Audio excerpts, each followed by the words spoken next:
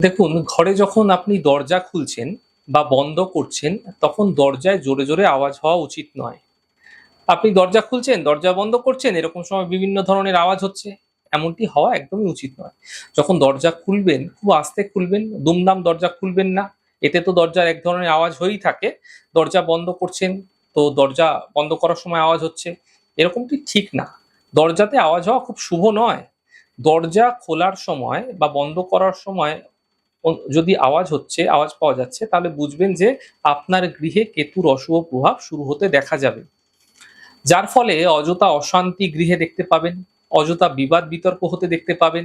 এর কারণে ঘরের দরজায় যে কব্জা থাকে না, সেই কব্জাতে সর্বদা তেল দিন, গ্রিস করুন, দরজাটিকে ঠিক করে নিন যেন দরজা খোলার সময়, বন্ধ করার সময় কোনরূপ আওয়াজ না আসে। এতে আপনাদের গৃহে কিন্তু ঝুট ঝামেলা, সমস্যা, ঝঞ্ঝাট লেগেই থাকবে এবং একাধিকবার কোনো কারণ ছাড়াই ছোট, ছোট বিষয়ে বিবাদ কিন্তু থামতে চাইবে না। তাই এমনটি ঠিক করে ফেলুন, তা আপনাদের ক্ষেত্রে ফায়দাদার হবে।